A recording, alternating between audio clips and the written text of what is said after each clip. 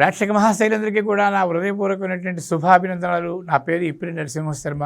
నేను ఈ ఛానల్ ద్వారా కొన్ని వీడియోలు చేసినవన్నీ కాబట్టి మీ అందరికీ సుపరిచితులనే.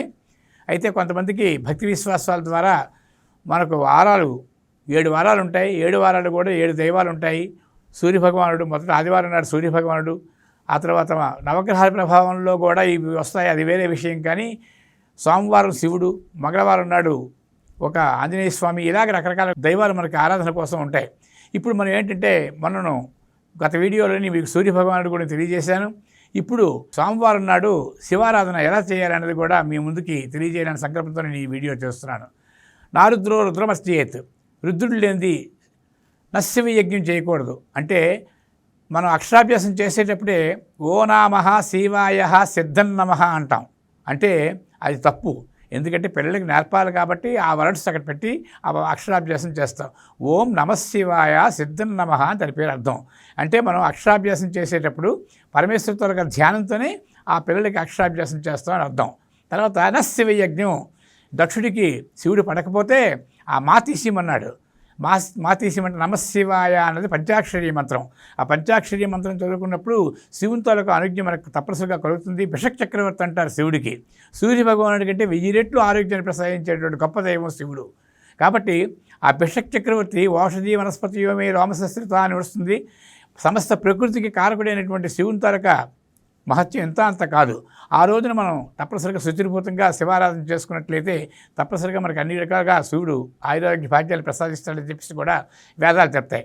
అయితే నమశివాయ బదులు నశివ యజ్ఞం తీసిస్తే శివుడు లేని యజ్ఞం చేయమన్నాడు. అది తప్పు అంటుంది శాస్త్రం. కాబట్టి శివ అన్ని శివుడికి 3 ఉంటాయి. త్రిశూలం, త్రిదలం, త్రిగుణాకారం, త్రినేత్రం, త్రియాయుధం, త్రిజన్మ పాప సంహారం, ఏకబిల్వం శివార్పణం. మనకు 3 గుణాలు ఉంటాయి. సత్వరజస్తమో గుణాలు. ఈ 3 గుణాలు కలిగినటువంటి మనకి అరిషడ్వర్గాలన్నీ 6 ఉంటాయి. సత్వరజస్తమో గుణాలన్నీ 3 ఉంటాయి. ఇవి మనకి చాలా హింస పెడతాయి. మన తాలూకా అలవాట్లలోని మన తాలూకా నిత్య వ్యవహారంలో కూడా సత్వం శాంతం లేకపోతే కష్టం. రజస్సు కొంచెం కార్యక్రమాలు చేసేటప్పుడు కొంచెం మనం కొంచెం గొప్పలకు పోవడం, తర్వాత అంటే ఆ కార్యక్రమాన్ని పక్కకి తప్పించడం అనేది రజోగుణం అవుతుంది. తమో గుణం, ఏవి మన పనులు కాకపోతే అనవసరంగా మనం కోపం తెచ్చుకోవడం, ఇవన్నీ కూడా మనకి నిత్యకృత్యాలు అలవాటు అయిపోతాయి. ఆ సత్వరజస్తమో గుణాలనేవి త్రిగుణాలు అంటారు. ఆ గుణాలు మనం కలిగి ఉన్నట్లయితే మనకు అభివృద్ధి తక్కువ ఉంటుంది. అటువంటి పరిస్థితులను మనం జాగ్రత్త పడి ఏదైనా ఉదయం కానీ మధ్యాహ్నం కానీ సాయంకాలం కానీ ఓం నమశివాయ అనే పంచాక్షరీ మంత్రాన్ని మనం జపించినట్లయితే, సోమవారం నాడు శివారాధన చేసినట్లయితే మనం చాలా శుచిర్భూతంగా చాలా మంచి కార్యక్రమాలన్నీ కూడా మనకి అన్నీ నెరవేరుతాయి. మనం కుటుంబ క్షేమం కలుగుతుంది. శివుడు ఐశ్వర్యకారకుడు. చాలా వరకు ఉన్నాయి. నాగేంద్రహారాయ త్రిలోచనాయ భస్మాంగరాగాయ మహేశ్వరాయ నిత్యాయ శుద్ధాయ దిగంబరాయ తస్మై నకారాయ నమశివాయ అని చెప్పేసి ఒక్కొక్క అక్షరానికి ఒక్కొక్క మంత్రం చొప్పున మహర్షులు శివుని తాలూకా మహత్యాన్ని తెలియజేశారు. సోమవారం నాడు శివుడికి అభిషేకం చేసుకుని మామూలుగా మన ఇంట్లోనేమో చక్కగా శివుని తాలూకా అభిషేకం చేసుకోవచ్చు. లేదు అంటే ఒక దేవాలయానికి వెళ్ళడం మాత్రం తప్పనిసరిగా అలవాటు చేసుకోవాలి. అక్కడ శివలింగం మీద ఏమంటే శివలింగం ఎందుకంటే మీకు ఒక చిన్న ఉదాహరణ చెప్తాను. అన్ని దేవుళ్ళకి మూర్తివంతాలు ఉంటాయి. ముక్కు, చెవులు, కళ్ళు అలాగా ఒక మూర్తివంతం ఉంటుంది. శివుడు లింగాకారుడని ఎందుకు అన్నారంటే, శివుడు ఉదయం బ్రహ్మస్వరూపం, మధ్యాహ్నం మహేశ్వరం, హస్తకాలే స్వయం విష్ణువు అని సూర్యభగవానుడికి ఎలాగైతే ఉన్నదో ఈ శివుడు నిరాకారుడు, ఆకారం లేనివాడు అని అర్థం. అంటే 4 దిక్కుల 4 మూలల ఊర్ధ్వముఖాన్ని అధోముఖాన్ని చూసేటువంటి తత్వం గలవాడు. కాబట్టి శివునికి రూపం లేదు కాబట్టి ఆ రూపాన్ని వారు పెట్టలేదు. కాబట్టి అన్ని దగ్గరలో ఎక్కడ లేడు.